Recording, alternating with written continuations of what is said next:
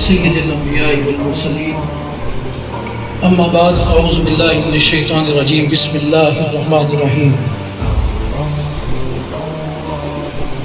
آج ہماری خوش قسمتی ہے کہ ہمارے درمیان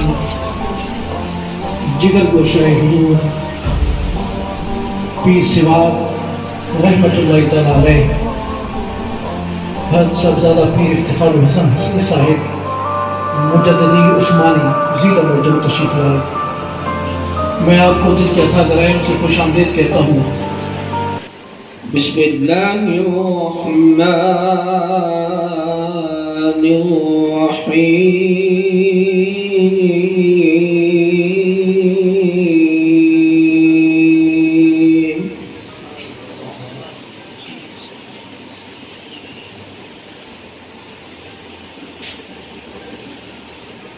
رب المشرقین ورب المغربین،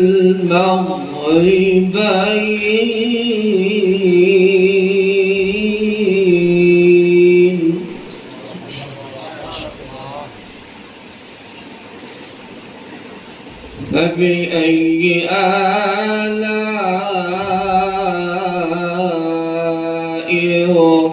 ربكما تكذبان۔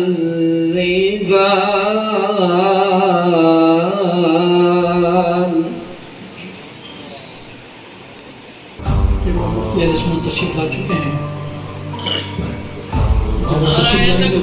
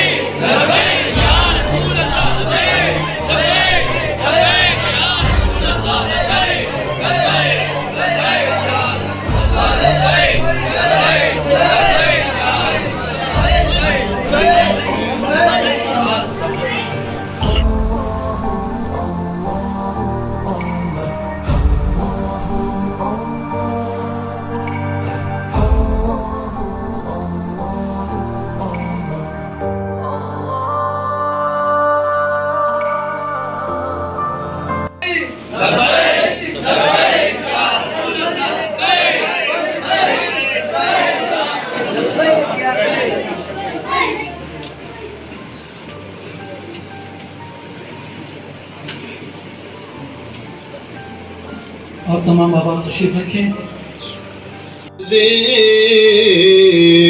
اڑو جلواگر سرکار تھی سر اساں جے دے ناتا پڑھ دے ہوں اندے لب ہل سن تے بیڑے پار تھی سر۔ سبحان اللہ دو ابرو پاس مثال دس جتی نوک میزادے تیر چھٹ دو ابرو پاس مثال دس جتی نوک میزادے تیر چھٹن وہ لبا سرخا کھا کے لال یمن چٹے دند موتی دیا کھن لڑیا۔ دراصل اس وقت آستانہ عالیہ سباب شریف کے سب سے زیادہ پرانے واقع صوفی محمد رمضان سے باہر بھی بیٹھے ہوئے ہیں۔ یہ میرے ساتھ پڑھتے رہے اور میں بھی وہاں پڑھتا رہا۔ لیا صوفی رمضان صاحب بھی اور میں بھی، پیر احمد حسن صاحب، پیر نور حسن صاحب، پیر فیض حسن صاحب، ان کے ساتھ پڑھتے رہے۔ یہ بہت پرانی باتیں ہیں اور کافی باتیں ہیں۔ میں نے حیات الرفیق کے اندر کچھ لکھی بھی ہیں، کچھ قریب بھی بنے ہیں۔ دراصل صاحبزادہ افتخار الحسن صاحب دامت برکاتہم العالیہ کے میں نے قریب سنے جو مختلف مجالس اور محافل میں بیان کرتے ہیں مجھے بہت اچھے لگے، عالمانہ اور بہت سنجیدہ قسم کی گفتگو فرماتے ہیں۔ اس سے مجھے ان کے ساتھ نسبتاً زیادہ محبت پیدا ہوئی۔ ایک امتحان آیا تحریک لبیک کی قیادت کا، اس حوالے سے بھی حضرت صاحب نے ہمیں خوش کر دیا۔ جو ہمارا موقف تھا پھر افتخار الحسن صاحب نے اس موقف کی تائید کی۔ اس وجہ سے مجھے ان سے دلی محبت بھی تھی۔ ویسے ہمارے پیروں کے شہزادے ہیں، شہزادے ہیں، اس حوالے سے بھی محبت تھی، لیکن اس موقف کی وجہ سے اور زیادہ محبت بڑھ گئی۔ اللہ تبارک و تعالیٰ نے انہیں اہل سنت و جماعت کے لیے بہت زیادہ مبلغ بنایا۔ وقت میرے والد صاحب کو کہا کہ یہ دو بچے، ایک محمد نواز صاحب اور ایک رفیق، یہ ہمیں دے دیں، ہم ان کو پڑھائیں گے۔ اگر وہ یہ سبب نہ بنتا تو آج ہم اس اسٹیج پر نہ ہوتے۔ اور میرے والد صاحب نے کہا ٹھیک ہے جی، پھر ہم سواد شریف آ گئے۔ اس وقت استاد محمد موسیٰ صاحب بوڑھے سے تھے، وہ پڑھایا کرتے تھے۔ جب عصر کی نماز کا وقت ہوا، صفیں بن گئی، جماعت ہو گئی۔ جماعت کے بعد حضرت صاحب نے مولانا مفتی محمد موسیٰ صاحب کو بلایا، اس کا ہاتھ پکڑ کر، ہم دونوں بچے تھے، یعنی ہماری حالت بالکل دیہاتوں کی، پگڑیاں، دھوتیاں، سب کچھ دیہاتوں کی طرح تھا۔ ہمیں دونوں کو پکڑ کر مولانا موسیٰ صاحب سے کہا مولوی صاحب یہ میرے ملویروں کے بیٹے ہیں، ان کو تم نے پڑھانا ہے۔ میں اپنی کتاب میں شکریہ ادا کر چکا ہوں۔ میں کہتا ہوں کہ اگر کوئی ایک دولت مند آدمی ہوتا تو ہماری طرف نسبت کرنے کو بھی اچھا نہ سمجھتا، لیکن ان نے نسبت کرتے ہوئے کہا کہ ان دونوں کو پڑھانا ہے۔ پھر میں 2 سال تقریباً یہ کے بعد دیگر پڑھتا رہا۔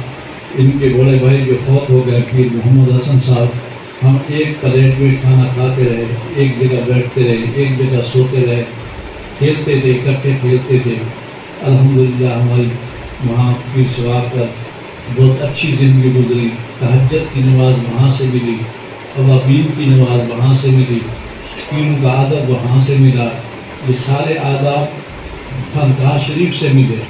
اور میں کہتا رہتا ہوں کہ اگر آداب سیکھنے ہوں تو کچھ دن کے لیے کسی بھی آستانے پر جا کر انسان کو رہنا چاہیے، تاکہ علم الگ چیز ہے لیکن تربیت اور آداب الگ چیز ہے، وہ انسان کو حاصل ہو جائے تو یہ بہت بڑی چیز ہوتی ہے۔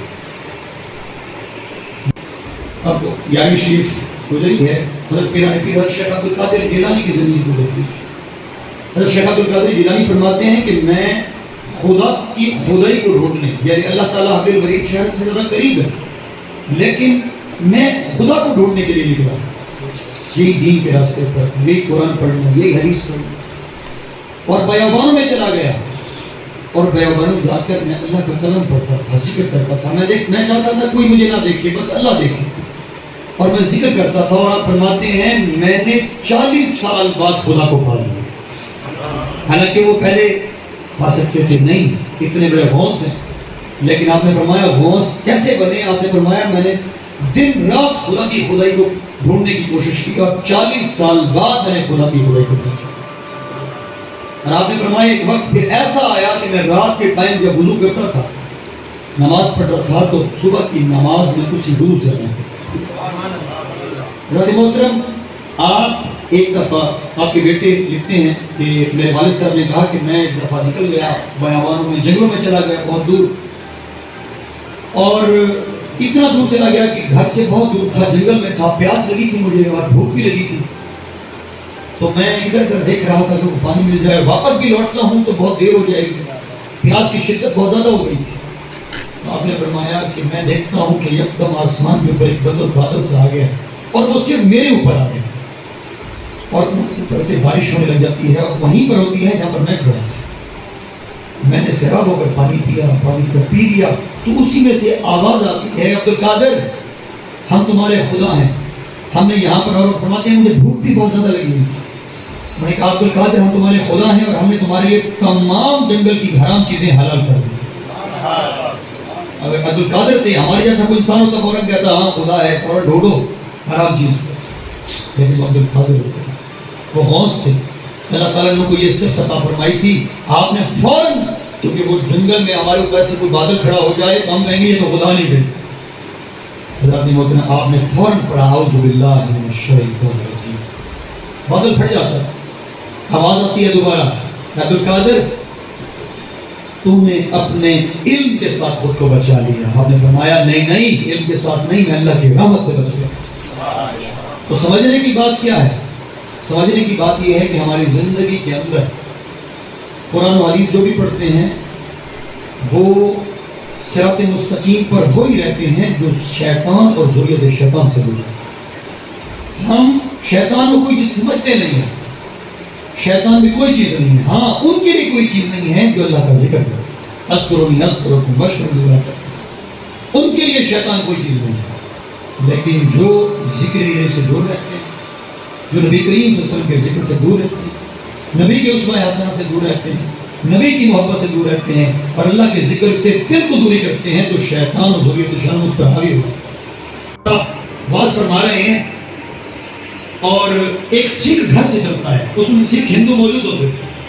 سکھ گھر سے چلتا ہے اور کہتا ہے کہ اگر یہ غلام حسن سیواگ واقعی سچا مسلمان ہے اور اللہ کا سچا بندہ ہے اور میں دل میں سوال رکھ کے جاتا ہوں، اگر یہ غلام حسن سیواگ میں مجھے کھڑا کر کے لوگوں میں سے وہ سوال پوچھ لیتا ہے تو میں مانوں گا واقعی یہ ولی ہے اور میں کلمہ بھی پڑھ لوں. لیکن اگر وہ مجھے نہیں پہچانے گا تو یہ پھر ڈالوں گا. وہ پہنچ جاتا ہے خواجہ غلام حسن سیواگ رحمۃ اللہ علیہ. آپ وہاں پر موجود بیٹھے ہیں، واز فرما رہے ہیں. 3 گھنٹے آپ نے واز فرمایا، 3 گھنٹے. اور اس دوران وہ سامنے سکھ موجود بیٹھا رہا. آپ نے اس کی طرف توجہ نہیں کی، بالکل توجہ نہیں. لیکن جب وہ اٹھ وہاں سے اٹھا، آواز فرما رہے تھے، اس کو اٹھا، اس نے کہا یہ بری نہیں ہے، یہ اللہ کا بندہ نہیں ہے، یہ ولی ہے. اٹھا، وہیں پر ایک گھڑا موجود تھا. آپ نے وہاں سے اس سکھ نے وہاں سے پانی پیا. پانی پیتا ہوا وہاں سے چلا.